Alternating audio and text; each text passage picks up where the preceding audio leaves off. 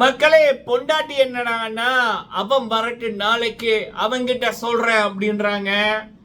புருஷன் என்னடான்னா சேது வரட்டும் நாளைக்கு சேதுவ குறும்படம் போட சொல்றேன் அப்படின்றாங்க. ஸோ சேது அண்ணா அவர்கள் யாருக்கு வேலை செய்யறாங்க அப்படின்னு இவங்க நெச்சு கொண்டிருக்காங்க அப்படின்றத பார்க்கக்குள்ள ரொம்ப கஷ்டமா கிடக்கு. சேது அண்ணா அவர்களை பத்தி இவங்க அதாவது சொல்ல போனா வேலைக்காரன் மாதிரி தான் நினைக்கிறாங்க போல இருக்கு. சேது என்றவர் இவங்களுக்கான வேலைக்காரர் என்றது. அதாவது சேது அவர்கள் உள்ளுக்குள்ள இருக்க போட்டியாளர்களுக்கு எல்லாம் ஷோ நடத்தல, இந்த நம்மளுக்காக எல்லாம் ஷோ நடத்தல, அட பிக் பாஸ் டீமுக்காக எல்லாம் ஷோ நடத்தல. இந்த புருஷன் பொண்டாட்டி அப்புறம் திவ்யா இந்த 3 இருக்குல்ல, இந்த 3க்குமா தான் சேது அண்ணா ஷோ நடத்துறாங்க. ஆனா நம்மங்கப்பா. ஸோ இந்த வீடியோவில் நடு இரவில் இப்போ நான் உங்களோடு பேசிக்கொண்டிருக்கின்ற நேரம் இந்திய நேரம் 2:20. அப்போ அந்த 2:20க்கு முதல் என்ன நடந்துச்சு நடு இரவில் அதைத்தான் பார்க்க போகிறோம். பால் சண்டை காரணம் யாரு அப்படின்றது ஒன்று. ரெண்டாவது, இப்போ பல மக்களுக்கு ஒரு கேள்வி ஒன்று இருக்கு, சபரி அவர்கள் ஏன் சபரியை மனிதனா மதிக்காத திவ்யா பிரஜின் சாண்ட்ரா இவங்களுக்கு முன்னுக்கு போய் பேசுறாரு? ஏன்னா சபரியை பார்க்க பாவமா இருக்கு. மனுஷனா கூட இவனுங்க மதிக்கிறாங்கல்ல, பார்த்து கூட பேசுறாங்க இல்ல மக்களே. அப்படி கேடுகட்ட ஜென்மங்கள். இந்த திவ்யான்றது எவ்வளவு தூரம் தரம் குறைந்தது அப்படின்றத பார்க்க முடியுது. அது பண்ற கேவலமான விடயங்கள் சாண்ட்ராவை போல விஜய் பார்வதியை போல நிஜம். அடுத்தது கனி அவர்களை பத்தி இந்த சாண்ட்ரா பேசின கேவலமான வார்த்தைகள், பிரஜின் என்றவன் அவன் அடித்தவன் பேசின விடயங்கள், இதைத்தான் இந்த வீடியோல பார்க்க போறோம். சரிங்களா? ஃபர்ஸ்ட் டைம் வந்திருக்கீங்கன்னா மறக்காம சப்ஸ்கிரைப் பண்ணுங்க. உங்களுடைய கருத்துக்கள் கேள்விகள் இருந்துச்சுன்னா கேளுங்க, சொல்லுங்க, அதை பத்தி பேசலாம், பார்க்கலாம். முதலாவது விடயம் இதுல யார் மேல அப்படி இருக்குன்னா, இது சின்ன குழந்தை கூட தெரியும், அறிவிருக்கிற குழந்தை கூட தெரியும், திவ்யா சாண்ட்ரா மேலதான் மிகப்பெரிய பிழை. காரணம், பிக் பாஸ் இவங்களை போரஸ் பர்ஃபார்மர் அப்படின்னு போட்டு இவங்க தான் நிறைய கேவலமான விடயங்கள் இந்த டாஸ்க் உள்ளாவே பண்ணாங்க. வீட்டை நாரடிச்சது, டாஸ்கை நாரடிச்சது எல்லாமே இந்த சாண்ட்ரா திவ்யா இந்த விஜய் பார்வதி அப்படின்றதெல்லாம் பண்ணிச்சு. ஆனா ஓரஸ் பர்ஃபார்மரா இந்த 2க்கும் தான் கிடைச்சது, முக்கியமா 3க்கும் கிடைச்சிருக்கணும். அப்ப இந்த 2க்குமே பனிஷ்மெண்ட் ஜெயிலுக்குள்ள போகும்போது நீங்க வீட்டு வேலையெல்லாம் பண்ணணும். அதுக்கு மேற்பார்வையாளராக விக்ரம். அப்ப இதுகளுக்கு விக்ரம் அவர்களை இதுகளுக்கு மேற்பார்வையாளராக போட்டதே இதுகளுக்கு பிடிக்கல. அப்ப இதுகள் அப்பவே முடிவெடுத்துட்டு இவன் என்ன மேற்பார்வை பாக்குறது, நாங்க டாஸ்க் பண்ண போறது இல்ல, ஜெயிலுக்குள்ள போறது இல்ல, முடிஞ்சா பாத்துக்கோ அப்படின்ற மாதிரி அந்த ஒரு திமிர். ஆனா இதுகள் யாருக்கு எதிராக இத்தனை வேலையும் பண்ணுதுன்னா விக்ரமுக்கு எதிராவா அப்படின்னா இல்ல. இதுகள் பிக் பாஸ் மதிக்கல, இந்த ஷோவை நடத்துற விஜய் சேதுபதி அண்ணாவை மதிக்கல.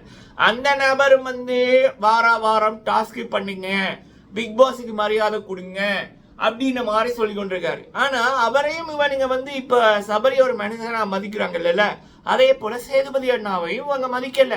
சேதுவா வருவான், வீக்கெண்ட் நடத்துவான், கேள்வி வைப்பான், நம்ம பையன் தான் அப்படின்ற மாதிரி தான் சேது அண்ணாவை இன்னைக்கு இந்த நைட்டு லைவ் பார்த்தவங்களுக்கு தெரிஞ்சிருக்கும்.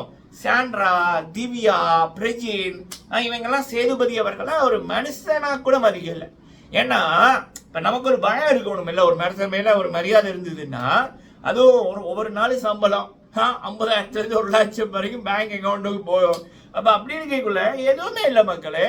டாஸ்கா பண்ண முடியாது, அவன் வருவான், அவன் கெட்டு போட்டு கத்திட்டு போவான் அப்படின்ற மர்த்தன் இருக்கு. ஸோ அப்ப அதைத்தான் இதில் பண்ணுங்கள். வீட்டு வேலையை செய்ய சொன்னா படுத்துக்கிட்டு கூட்டுது, டிசைனா கூட்டுது. எவ்வளவு தூரம் அந்த சங்கீத ஸ்வரங்கள் பாட்டு அது மாதிரி அந்த எவ்வளவு தூரம் மெதுவா பண்ண முடியுமோ அவ்வளவு தூரம் பண்ணுது. விக்ரம் அவர்கள் அவ்வளவு தூரம் மனுஷன் பார்த்து கொண்டிருக்காரு. பிக் பாஸ மதிச்சு வாங்குற சம்பளத்துக்கு உண்மையா அந்த மனுஷன் அவருடைய ஒர்க்க பண்றாரு. ஆனா இதுங்க பிக் பாஸ் கொடுக்குற சாப்பாடை தின்னுதுங்க, பிக் பாஸ் டீமோட சம்பளத்தை வாங்குதுங்க. ஆனா அதெல்லாம் பண்ணுது இல்ல. போதா குறைக்கு அந்த புகைப்பிடித்தல் ரூமுக்குள்ள கூட திவ்யா போறாங்க அடிக்கடி. சும்மா தாயே கூடவும் சாண்ட்ராவும் போறாங்க. குடும்ப பொண்ணு வாங்க, இதுக்கு வீடியோ இருக்கு, தகவல்கள் கேட்டிருக்கேன், வச்சு செய்ய போறோம். சரிங்களா? குடும்பங்கள் கொண்டாடும் குத்து விளக்கு. எப்பா சாமி, மாமியார் அடிச்சு துரத்துற இந்த இது வேற இருக்கு சாண்ட்ரா பா. சோ இப்படி சரியா? அப்ப இவங்க மதிக்கவே இல்லை அந்த மனுஷனை விக்ரம. ஆக்சுவலா இவங்க விக்ரமுக்கு பண்ணல, பிக் பாஸுக்கு எதிராக தான் பண்றாங்க. சரியா? ஸோ அப்ப அப்படியான விடயங்களை பண்ணி கொண்டிருக்காங்க. சரி, அதுக்கப்புறம் பாத்தீங்கன்னா இன்னும் நம்ம ஜெயிலுக்குள்ள போகக்கூடாது அவன் யாரு பிக் பாஸ் என்ன ஜெயிலுக்கு போக சொல்றது, இவன் யாரு என்ன மேற்பார்வை பண்றது, நான் போக மாட்டேன்டா அப்படின்ற மாதிரி எவ்வளவு தூரம் சீன் பண்ண முடியுமோ எவ்வளவு தூரம் நடிக்க முடியுமோ பண்ணுதுங்க. அதுல எக்ஸ்ட்ரா பார்த்தா தலைடியா திவ்யாமாக்கு அந்த மாதிரி தலைடி வருதான். உனக்கு தலைடி வருது காய்ச்சல் வருதுன்னா ஏன் ஷோக்கு வந்த, வீட்டுக்குள்ள கிடக்க வேண்டியதானே இவ்வளவு நான் கிடந்தது போல திவ்யா திவ்யா. ஸோ அப்போ அதுக்கு தலைடி வருதான். தலைடி வந்தோன்னா அதுக்கு பால் வேணுமா, பிளாக் டீ எல்லாம் குடிக்க மாட்டாமா, சுடுதண்ணி எல்லாம் குடிக்க மாட்டாமா, அதுக்கு வந்து இது வேணுவான். அப்போ கேப்டன் பொறுத்துவா பிக் பாஸ் ரூல்ஸ் படி வந்து அந்த பால் வந்து கேப்டனோட விருப்பம், முக்கியமாக அது இன்னொருத்தர் வந்து குடிக்கக்கூடாது. அப்போ எஃப்ஜே வந்து ஸ்ட்ரிக்டாக வந்து சொல்லிட்டாரு வேணும்னா பிளாக் டீ போட்டு குடி அப்படின்னு. அப்போ இல்லையா நீ பேசாமல் விடு. ஆனால் உன்னை வந்து ஃபர்ஸ்ட்டு டாஸ்க்கு வந்து பண்ண சொன்னது, வீட்டை துப்புரவு பண்ண சொன்னது, அது உன்னால இயலாது.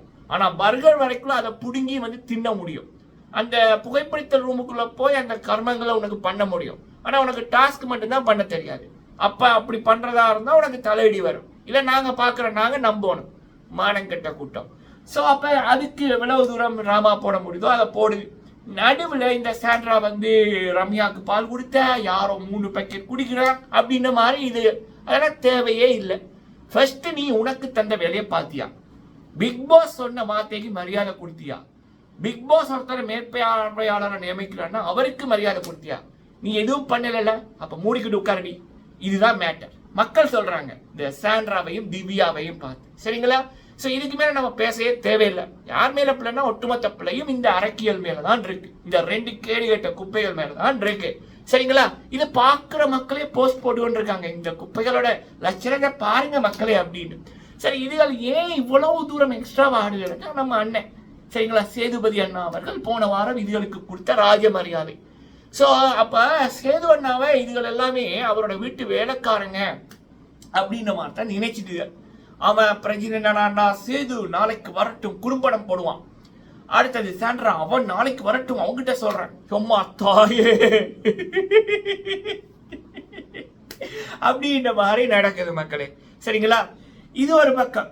சரி, இதுதான் நடந்து கொண்டிருக்கு. நடுவில் வந்து தேவையில்லாம கனியவர்களை ராஜமாதா தான் எஃப்ஜியை மூட்டி விடுறா, ராஜமாதா தான் காரணம்னு அது இவன் பிரஜின் என்ன அப்படின்னா இவர் விக்ரம் அவர்களையும் எஃப்ஜி அவர்களையும் திட்டுறான். இதெல்லாம் ஒரு மனுஷனா, விக்ரம் ஒரு மனுஷனா, எஃப்ஜே வந்து கேப்டனா போட்டது நான் வாழ்க்கையில பண்ண மிகப்பெரிய தவறு, என் பிள்ளைகள் மேல சத்தியமா நான் பெரிய தவறு பண்ணிட்டேன். அடக்கு வாயில வேற மாதிரி வருது மக்களே, எங்கடா இருந்து வர்றீங்க நீங்கெல்லாம்? அடே இது ஒரு பக்கம்.